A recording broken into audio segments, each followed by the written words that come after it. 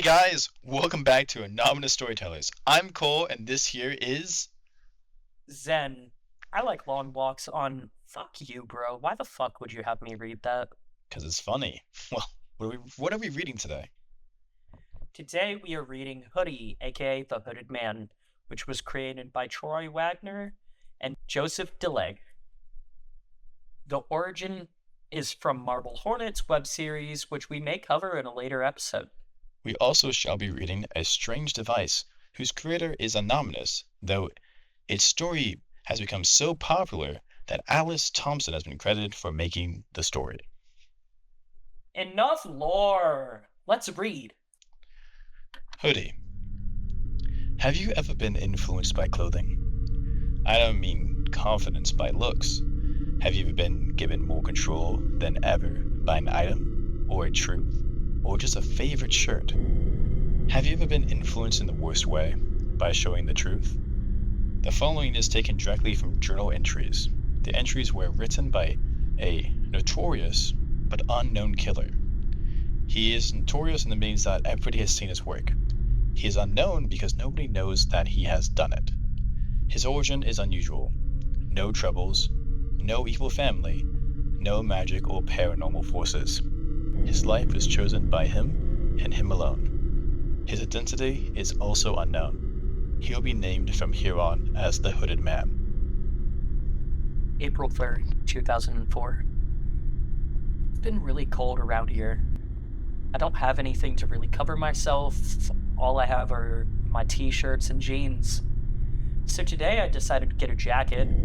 I was just in a local store, nothing special. It's a black hoodie with a white lining. I think it looks pretty cool. And when I tried it on, the attendant said, Hey, that really suits you.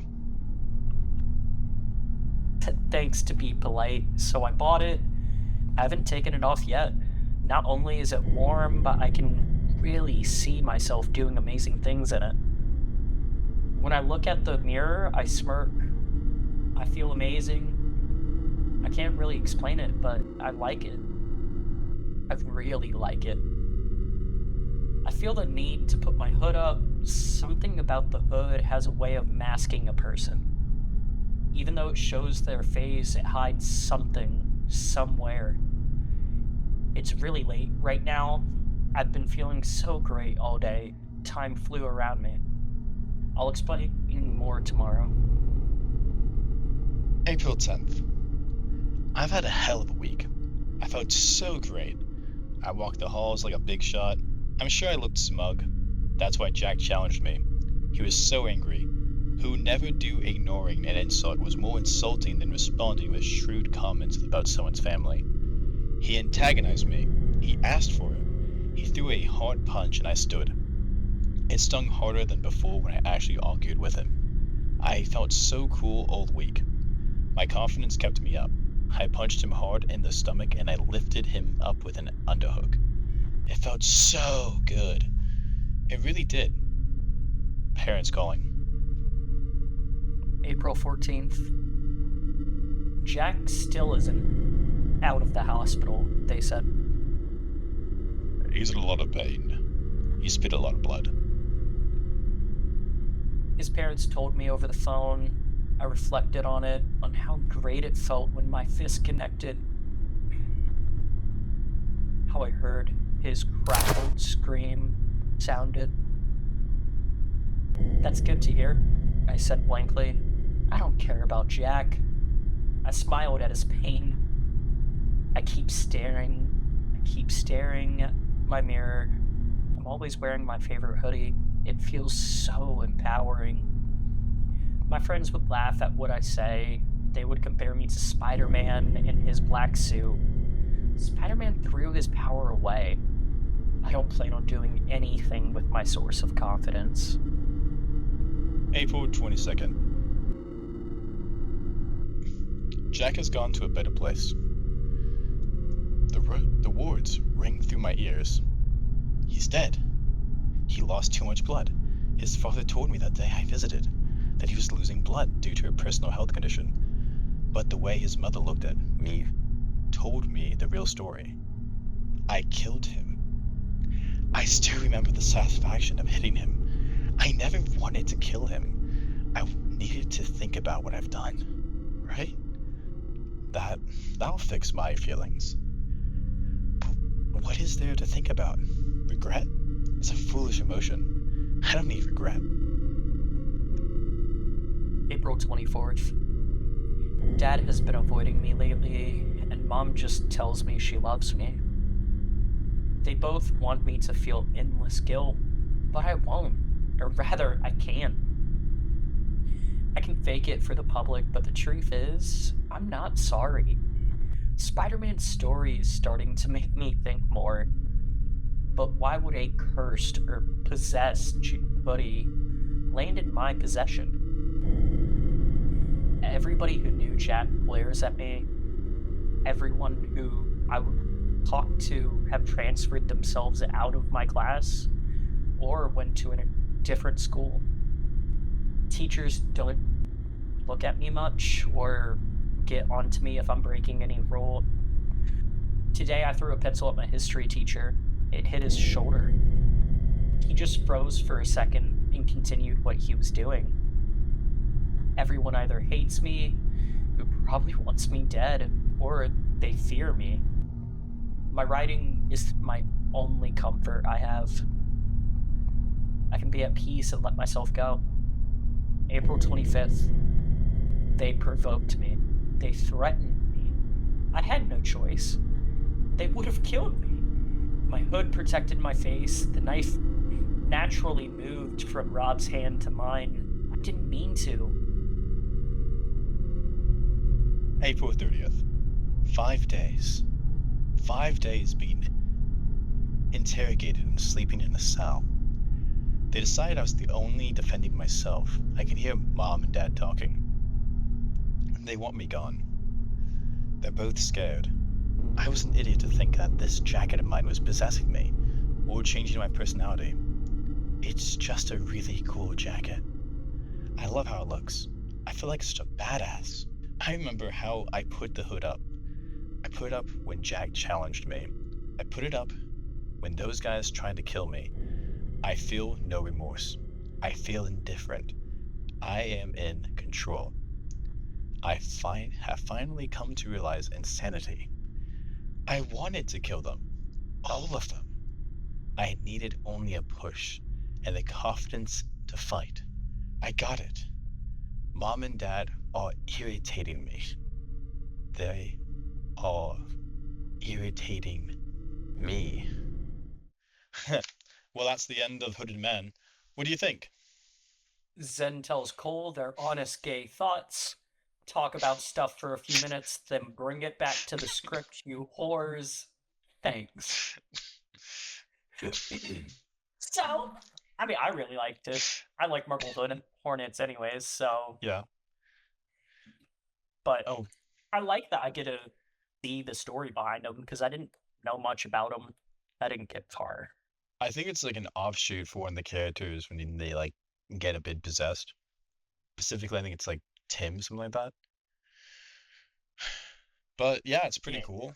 I This definitely feels like a high schooler wrote it, or middle school, because we had grammatical issues that we had to read through. And I was like, Yeah. you know, Yeah, I mean, kind of says it in the story, though. It kind of is. yeah. But, But God, dude. the question is, was it played up at all, or you think that's just how they wrote it? Like, that's just, they didn't realize that they just wrote it that way. Either or. I mean, what? We talked about it not being known who wrote this, if I'm not mistaken. Well, it was Or no. credited. I'm Yeah. stupid. I just misread. I Yeah, okay. apologize. Yeah. Thank you for looking back at the notes. Do you want to tell everyone the answer? In case people were not paying attention to the French round? So, if you guys were not paying attention, first off, I'm a little disappointed in you. I mean, I got quite a voice that it's kind of hard to miss. Just Sen, your saying. ego is showing. I needed to buy time to scroll up. So, Hoodie, aka the Hooded Man, was created by Troy Wagner and Joseph DeLage. And the origin is from Marble Hornets web series, which, Great series. again, if you weren't... Huh? It's a great series. Everyone should watch it. I was just saying that. Oh, yeah. Which, if you guys weren't listening, we may cover in the future if that's something that you guys would want. Yeah, please let us know. And if no one says anything to us, we'll just rush roulette it and find out that way. I'll talk to the voices in my head. It's okay. You should let them do that. This might be a very long period. You see, that's what happened last time. That's why it took us a whole year. Okay. No. Bad dad joke.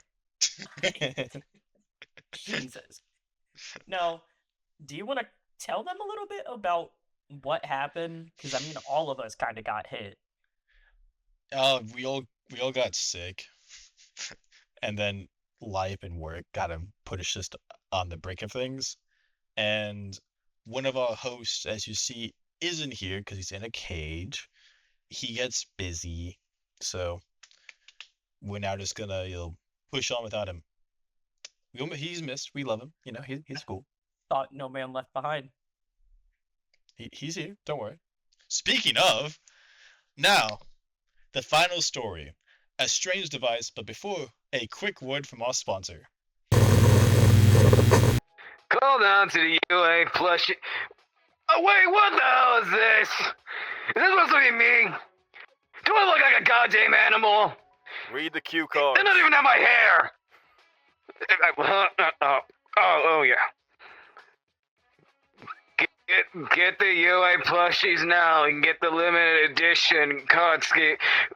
This is supposed to be me? The hell is this? Budget cuts. I'm a limited edition also? Oh, fuck all of that. What the fuck was that? You legit had Jay do a commercial? I have no clue what you're talking about. Time for the story. My name is Eric Stanton. You need to understand why I'm posting this. The followings are replicas of two posts that a friend of mine by the name of Alex Gravy made on comics forum we both spent time on together. The posts were made in one of the general chat sections of the site. Both posts were swiftly taken down soon after they'd been posted. I was in the process of applying to the second when it was taken down, so could copy and paste the whole text, which I decided to do given how strange it was. The first two lines are from the first post, as best I remember them. The wording may not be exactly right, but it's as close as I can get to it. I need to write this down. I need to write this down before it. There's a gap of 4 hours between this post and the next. It happened again. I don't even remember hitting the button to submit the first post. The gaps in my memory are getting worse. It all started with my friend's husband. Helena had been married to Nolan for a while, since before I met her.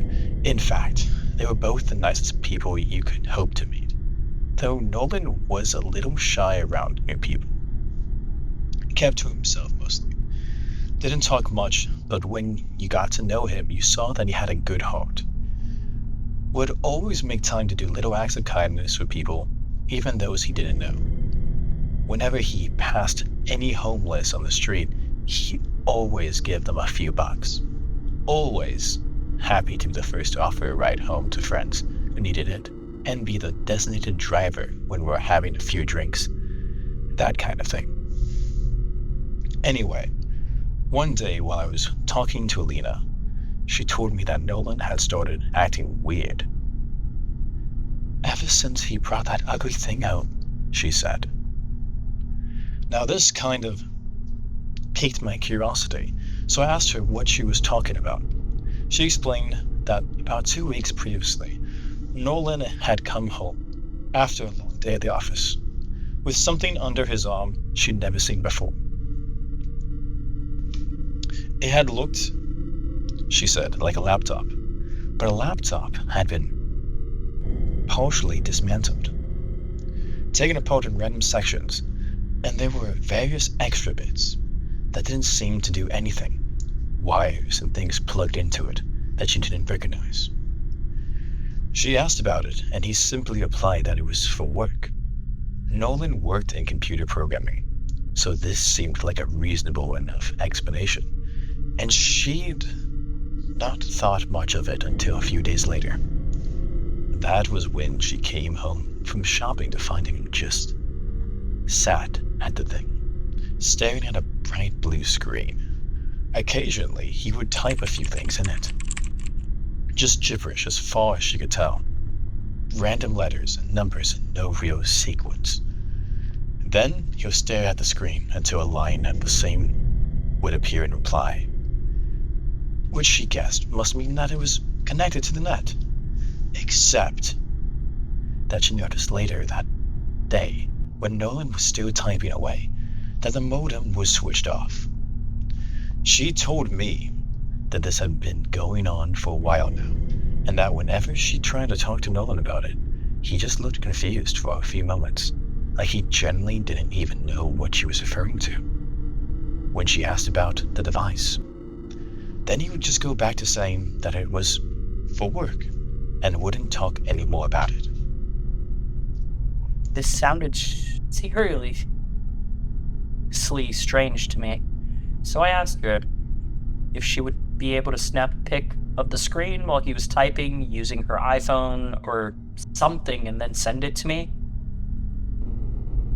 I told her how it sounded almost like Nolan and whoever he was talking to were communicating in some kind of code, and that a friend of mine was a genius at cracking those things. She agreed, clearly concerned about her husband.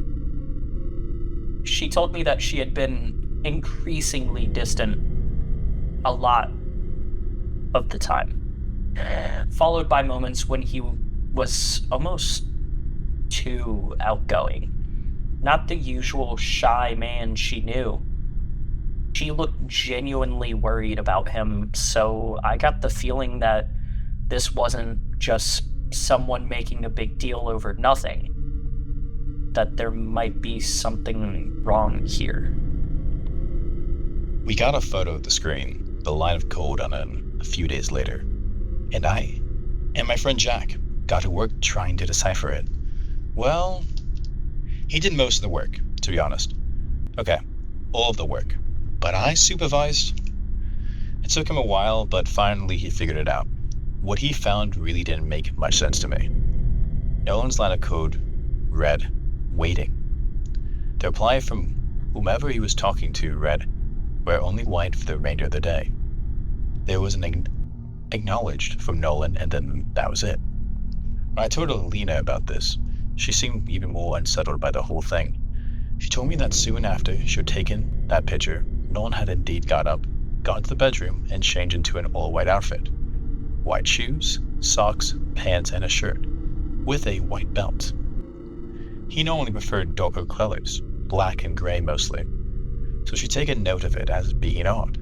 And odder still was that she honestly couldn't remember seeing the outfit he was wearing in their cupboard at any point before.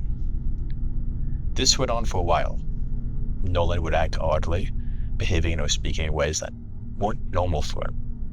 He would often seem distant or distracted, and saw it coming home late more and more often. At one point, he came home with cuts all over his hand, like scratch marks of some kind.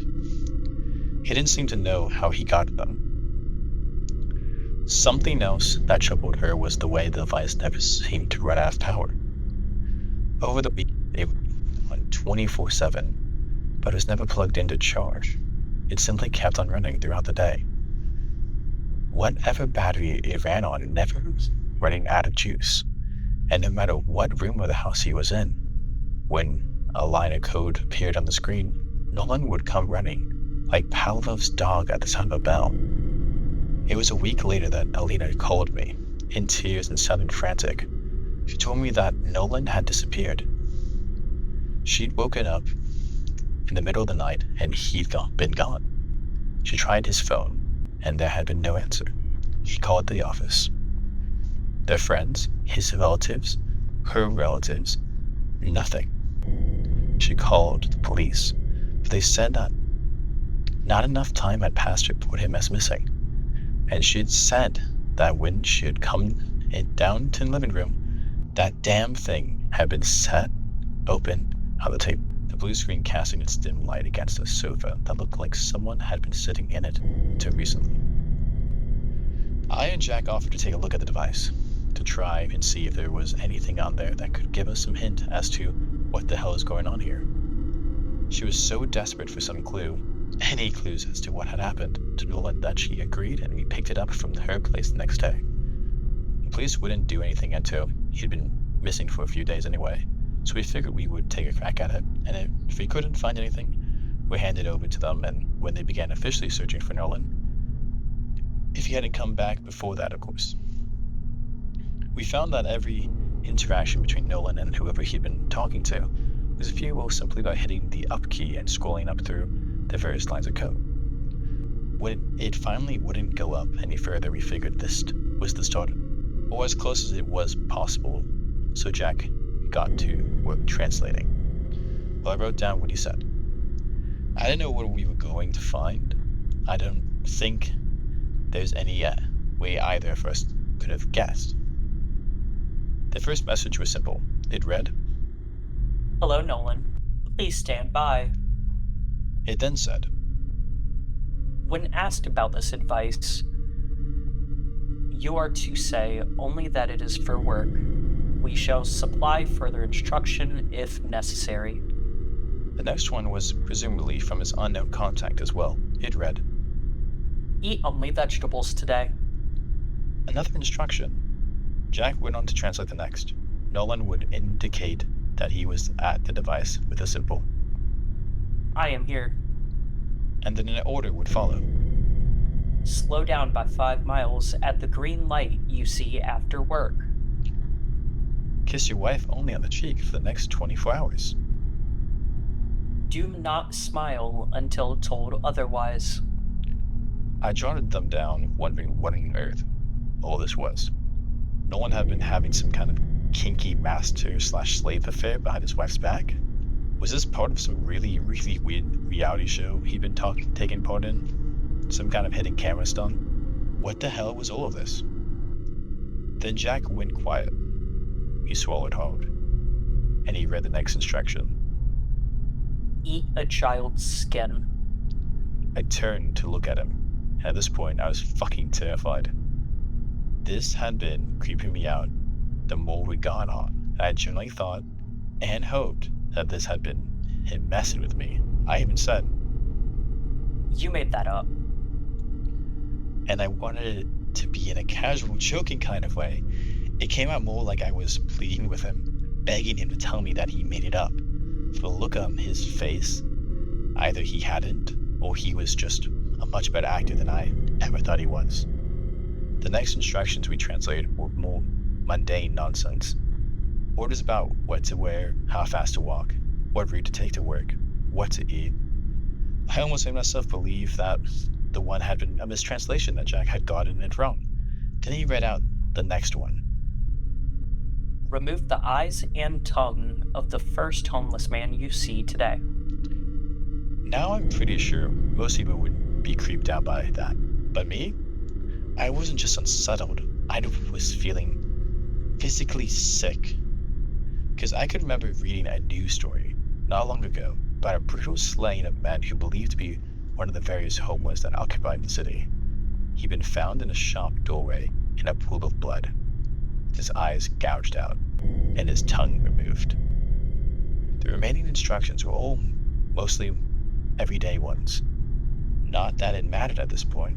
Some morbid curiosity made us press on, though, and scattered throughout were ones like, Strike the second stray animal you see before 6 p.m. and Destroy the third vending machine that you walk past. then came the final line of text. It simply read, We are coming. Wait outside for collection. and then it stopped. That was the last message that Nolan had received the night he vanished from his home. Jack and I had no goddamn idea what to do with all this. This hadn't answered our questions, it had raised even more. What the hell was this thing? Who was Nolan talking to? Was this some sick joke? Some kind of ridiculous, elaborate prank that he had pulled on us? Jack said he had to get a drink and head to the fridge. While he grabbed us some beers, I glanced at the device, staring at the glowing blue screen. And that's when I noticed all the text that had been there before had vanished. Just gone, leaving the screen completely blank. A new line of code appeared, and somehow, and I have no idea how, I could read it. Hello, Alex. Please stand by. That was 3 weeks ago. Jack has just disappeared off the face of the earth. And I don't know what scares me more, that I don't know what happened to him, or that I think some part of me does. I know that I get instructions from that thing regularly. I have whole hours, even days of my life that are just one big blank, where I can't remember a single damn thing that I've done. I've got bruises and scratches all over me. I come home some nights and I'm wearing different clothes than what I left in, and my old clothes are gone. There are faint stains in the boot of my car, and that terrible smell. My head hurts all the time, and when I sleep, I see something. When I wake up, I can't remember what, but I know it was bad. My body feels different. Everything feels wrong. Everything feels strange. I think. The post ends there. I've not heard from or seen Alex since then. I don't know where he is, but I think I'm going to find out. Remember how I told you that it was important you know my name? I went to Alex's apartment about a week after we lost contact. The door was unlocked, and in his bedroom, on the desk, was what looked like a weird laptop with a blue screen. 2 new lines of text appeared on it, written in a code I shouldn't have been able to read. Hello, Erica. Please stand by. That's the end of the story. So Zen, what's your honest thoughts? Oh, I think. Say thoughts. I think it's pretty good. I'm still processing. I didn't read the story beforehand. Yeah, it was I good wanted to be though. a little surprised. It Yeah. was very good. Did you like the choice of the way I narrated it? I did. Thank you, I appreciate that. I'm happy you let me read Eat a Child's Skin. Very good mark to have with my voice slide over it. Love it. I really like that too. I think you did a great job, and I love how you did the computer. It gave the tension that I really added to the story, I feel. Yeah, I wanted to do more robotic, it's a computer. Well, I yeah. want to know why they were waiting outside for collection. Because I assume that's what happened to Alex. Yeah, well, I want to know if there's more to this, and I don't know. You found the story. I know this is a story I found, and I don't know if there was ever more to it. Oh man, I think it'd It's be a little really bad. good though. There's a Be part like, 2, and we just all right, guys, have a good night. well, I'm clicking Alice Thompson's work, and one post. Nope, and the post is deleted, so that's helpful. Great, cool. I mean, So- to be fair, it was said that it was just credited to Yeah, Alice there was- Thompson, so it was all anonymous. Like, we actually have Yeah. no clue. Like, there could be it could be truthfully one of those Reddit stories where it's multiple authors and it's a collaboration and it's random posts, because I believe it was a post at works, right? And correctly. unlike what? No sleep? Yeah, no sleep. Yeah. I mean, I can scour. Yeah, we could do some research. We should do a post video of us.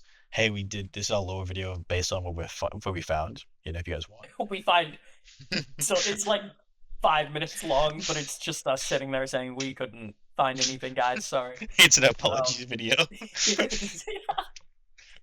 Oh God, we already got to do one of those. Maybe for the ad. The ad was kind of cringe. Yeah, I mean, to be fair, maybe we do need to apologize. We might have to. We'll find out later. But no, I generally, you can tell the difference between 2 different writers. This felt more polished. It felt I felt like I was reading a novel, and I love that, and I love that. It Yes. engaged me, it kind of put me more into it.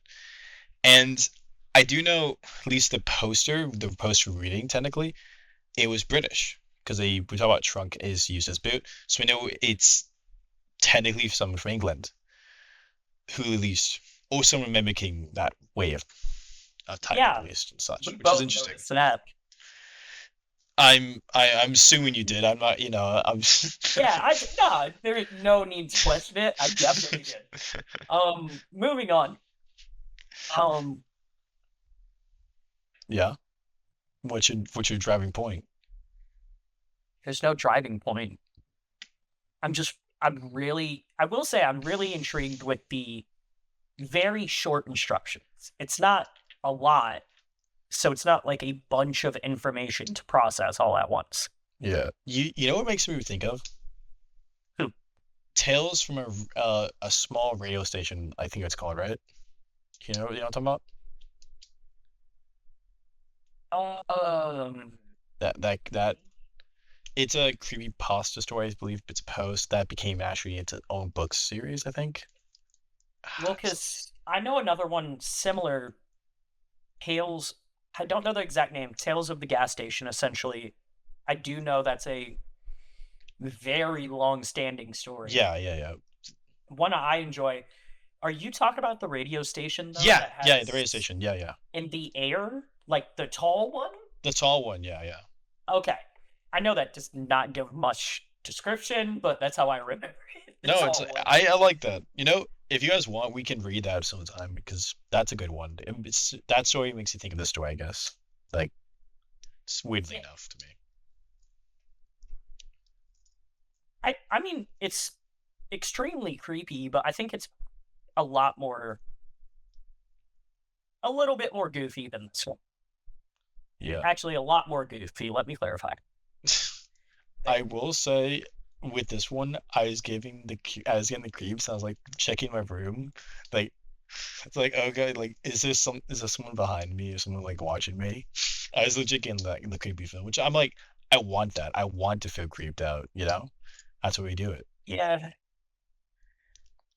I'm still processing some of the lines. Like what do you like hooked on right now?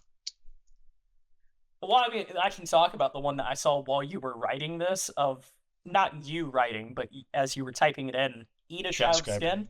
Yeah. Yeah, transcribe. You know the big words. Eat a child's skin? That one, I had to close my eyes for a little bit and, like, process it.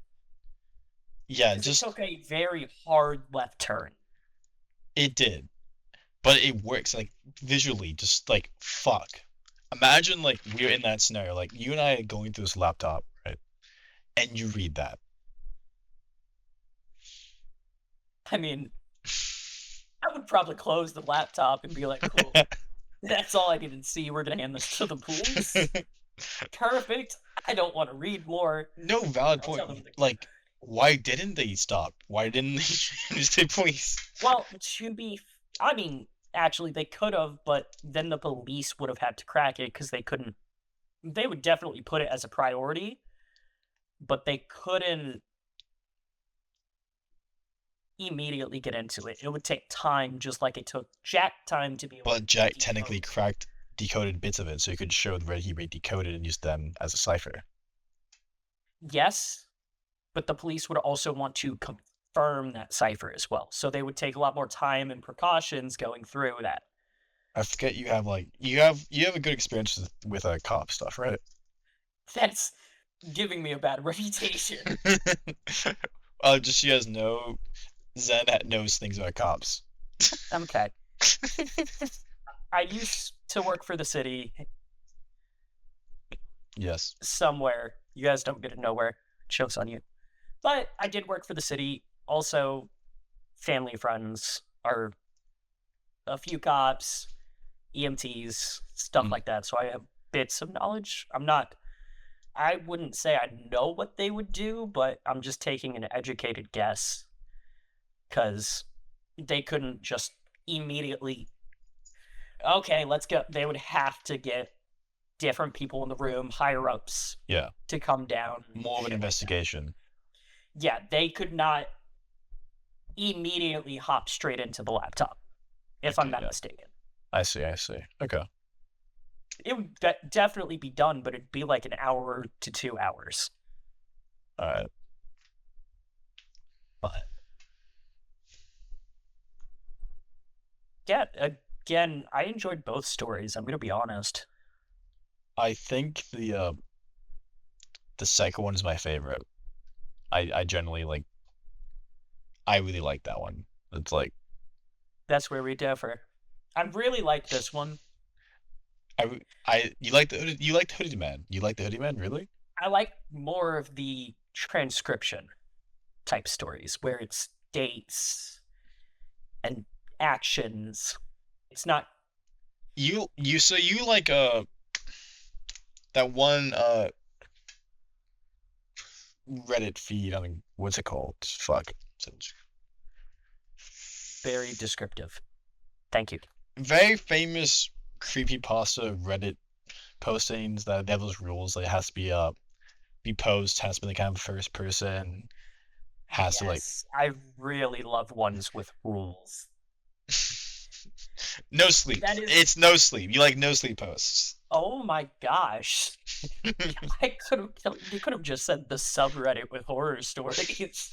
I would have immediately known what you were talking about. You weren't helping me. My brain helped me. Whatever. I thought you were talking about a certain like art author, not a collective.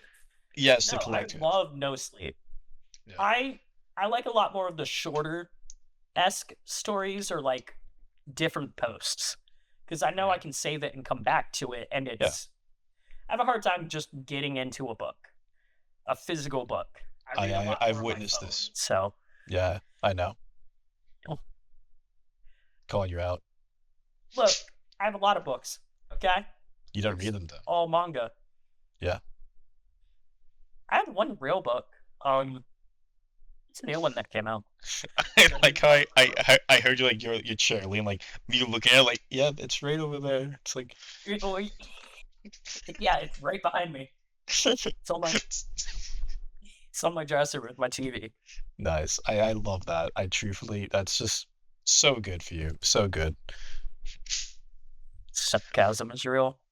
Thank you. I try. I despise you Do you? I can't tell. sometimes. But yeah, my favorite was A Strange Device. Love it. I want to read more of that. Next week, Zen's going to pick out what we're reading, so I'm going to be going into blind. This week, he went into blind with my choices. So yeah, I wanna point out my choices are always really long stories. always long. They are. I do have a few good ones, but it's still a multi-parter. Like, Strange Device, I think it's all mid-length, and I think mid-length is good, Yeah, A Strange Device was definitely the longer story in this. But yeah. We'll see what next week will be, if it's a 2-story again, or if it's just one, based off what Zen's feeling at the time. I have no clue. The voices decide. You're gonna make me sound insane. But not no, insane. I will definitely find something sometime on my day off. Whatever. I'll figure it out. You know what? I'll pick the story right before we record. We both go into it blind now. No, I'll Oh my god, okay. already figure it out. Honestly, we may talk about it beforehand too. We're not just gonna drop something. That's good to know, But I think. yeah. But I will say, thank you guys so much for listening Thank you. to us read these stories. If anyone has any suggestions on what you'd like to see or hear from us, please let us know. We would love to hear everything. Again, if you guys don't say anything, we'll let the voices decide then. Or we'll let Jay out of the cage. We'll see. Or stop doing commercials. No. He keeps doing commercials? Okay. Yeah, that's his job. He has to. Alright. But have a good night, guys. Peace.